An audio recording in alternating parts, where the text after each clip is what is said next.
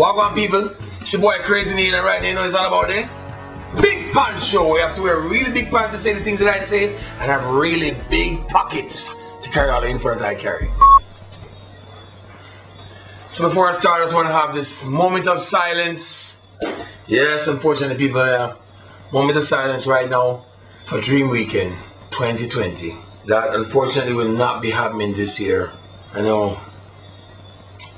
It's a sad year for partying, sad summer because of the COVID-19 outbreak. And I know these guys were really banking on trying to make it happen. They were trying to make it happen for everybody. They held off on announcing that they wouldn't be having Dream Weekend this year. But unfortunately, I know all the riots that's been happening in America and the spread has gotten even worse all over America. And most of our business comes from America. The market, especially for even Dream Weekend, a lot of it is from America. So I can't put two and two together right now, so I understand. So boy, things get worse. So, you know, they vote up too soon and make party people that come down here for no big event. With none even happening in America. That's how you go. But, they'll be back in 2021. That's great news. And of course, you know, come October, they'll be having Exodus. And who knows, they might mix up a little bit of that dream stuff, eh? The Exodus dream.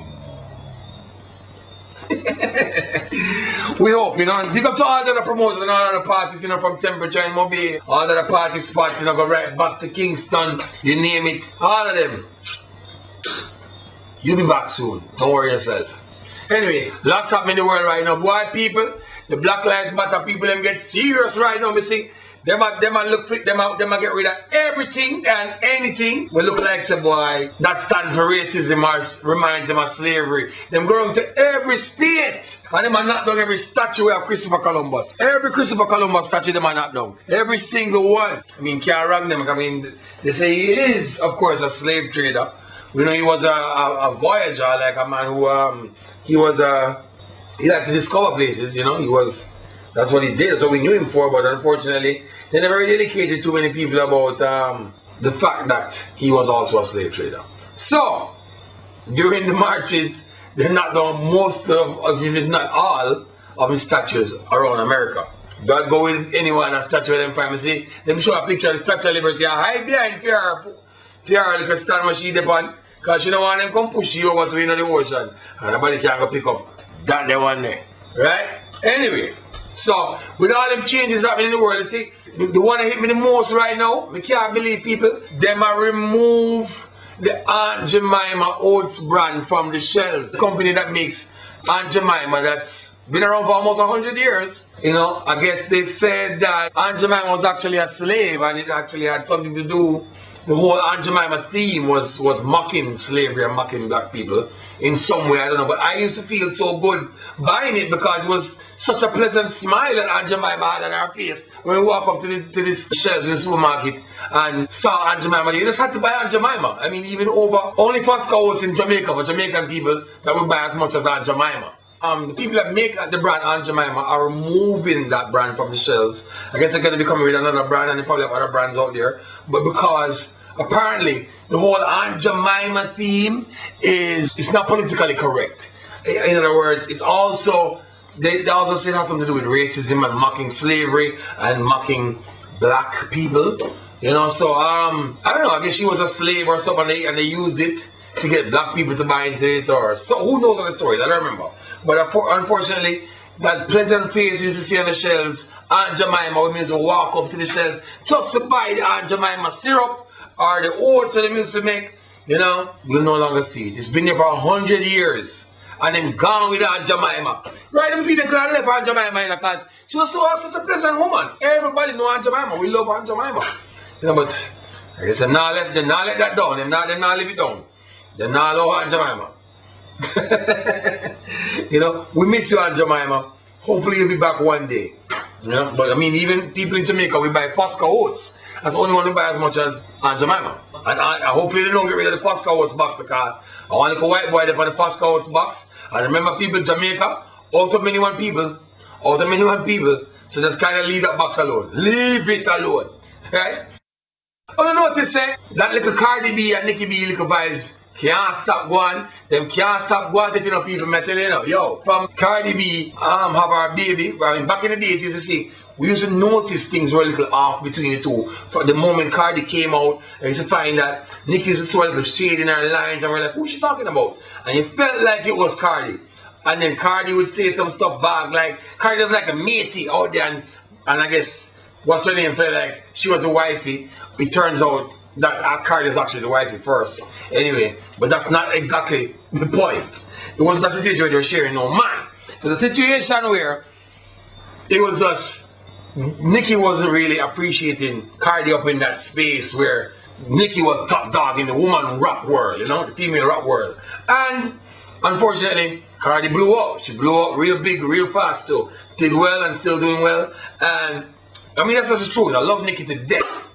But it was only a matter of time. And you people out there who are the fans were egging it on. You're egging it on, and you know you're guilty of it. And of course, you know, the stars are going to react most of the time. So they had a little spot and they got it out there. They got it off their chest. Them argue everything. So you always got to go back and forth with who's doing better. You see Cardi, she won a Grammy. Nicky never won a Grammy, but Nicky won a lot of awards that Cardi has never won before. And they're two great artists. We love them to death. And right now, finally, Nicky is married to just like Cardi. Right? So I guess she's going to have a kid next. And she's looking awesome. Married life is doing great for Nicki Minaj. Nicki Minaj is looking like $1 billion more right now. The girl is looking so good. She's more balanced, more proportion. You know, better proportion now. You know, her hips not too big. She's just proper. She's just nice. I don't know if she bought new boobs or those were her boobs or all this time, but I can tell you, you're looking good, Nicky.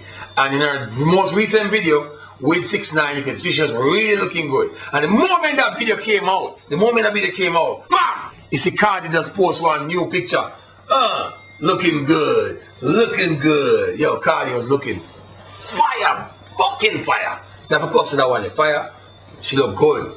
Yeah? So both women are looking awesome, but you can know the timing of everything is just still that little competition we are going. Alright? Look and see. You do that one, and hopefully one day, I mean they can continue to beat if they want. They can start throwing words. It's all in the rap game. It's just part of the culture, like dancer, clashing, right? But hey, hopefully we live to see the Cardi B, Nicki Minaj, Cardi B collaboration, and it'll be the biggest selling album of all time. And we'll be happy for that. Even if it doesn't last forever, we just want to see them get together again, like face to face, together, happy, having a good time. We're looking forward to that. As for Nicky too, people of course Nicky, because Nicky go to this song with 6ix9ine. I mean, 6ix9ine is just the trolling god. The man is running Instagram till him get locked up. You see what you want to say about the youth? You know what I mean? People didn't think he was like a legit rapper, but he's a legit street youth. Been in the streets, been gangster. I mean, not like him a really bad man, not like him a the bravest man, but him been in the streets. And him been caught up in all kind of things. I mean, he's been in capers where them say he's a rapist because, or attempted rapist because he was involved. And he dealt with that. And it turns out he wasn't involved as much as they claimed. And he was also a juvenile. So you know that he got past that. But he got into trouble for being gang affiliated again since he blew up and became a big rapper. And it turns out a lot of the people that he had around him, unfortunately, there were people that he really trusted, there were people that he really loved. And it was so much that he was able to break the street code. You know, you're a rat, they say you're a rat, squeak, squeak. You know, you can't rat in a rap game, you can't rat in the streets, dog. You can't be a rat. Right? Anyway, other than that though, can't go inform on you, but the point is, these people, I mean, his manager, was gangster, was fucking his girl, and he couldn't do anything about it. They had no respect for him. They might bad him up. The man might rob him. And you hear on the video where he might basically beg them to not kill him and take what they might take and all kind of things. They're all there, they're all involved apparently, according to him. And they got locked up. So he had a chance they gave him a chance to snitch on them, to testify against him, and he did. He got rid of all those people from around him, and then now he's back out. Right? So everybody called him a rat, but the truth is, like Nicky said on her video, defending the fact that she did the song with him, is like, yo, her man is gangster, he wants nothing to do with that, but he's a gangster. But she's a rapper, and she's not a gangster, so she's doing business. And of course, you know, it's a COVID-19 that going, coronavirus, she's not making no money. And other than selling records and probably doing some ads and some other stuff, you know, some endorsements. But really and truly, she knows. I mean, especially after you saw when 6ix9ine came out, he went live. Remember, so Tory Lanez was a man on live. 300,000 people. It was a record. And then you had Don Miguelo. He went 400,000. And all these other things happening on live. But 6ix9ine, he had like 2 million people on his Instagram live when he went out. I mean, the platform almost crushed. So he had to really do that between YouTube, Instagram. I mean, the man got 2 million people at a time. At a time. So you don't know how much people are watching other than that. Could be 15 million people for all we know. Anyway, so 6ix9ine came out, blew up, making money again. And he was actually starting to do things, give away stuff to people in need for coronavirus. Big up for that. But Nicky did a song with him. She did a video with him.